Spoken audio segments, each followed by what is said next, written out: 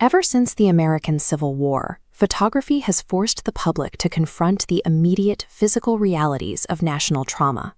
During the Great Depression, images like Dorothea Lange's Migrant Mother provided a specific human dimension to widespread economic collapse, defining a new sense of American resilience through the lens of the street. In January 1942, Gordon Parks arrived in Washington, D.C. as a fellow for the Farm Security Administration, ready to apprentice under the same federal program that had commissioned Lange. While the nation's political leaders spoke of a global fight for freedom, the capital city itself was governed by the physical reality of strict racial segregation. Parks found himself challenged by an invisible subject.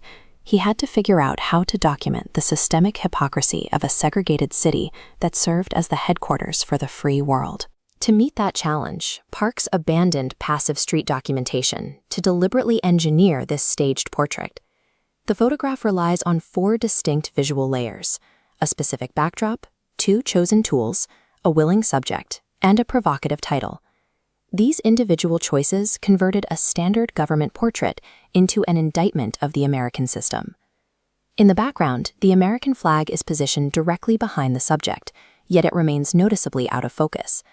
The flag functions here as an oppressive boundary. Its rigid vertical stripes frame the subject like a fence, visually pinning her into a space she cannot move beyond.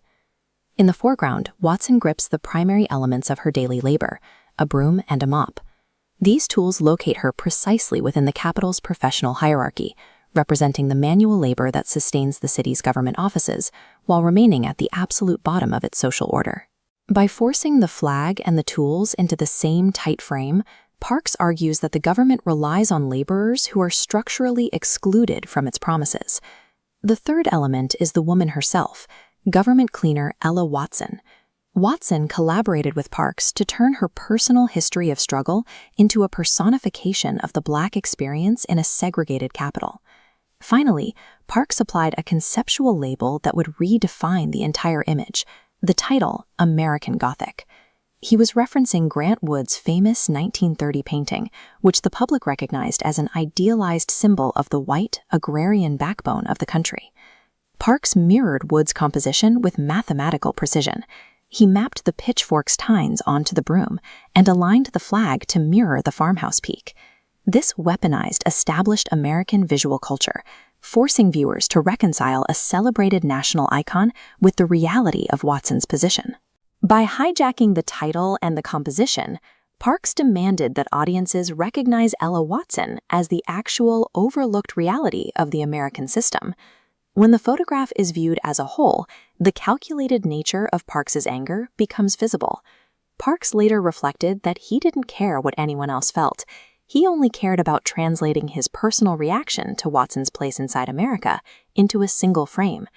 The image utilized photography as a tool for intellectual critique, embedding a specific political argument within a medium previously used for passive recording.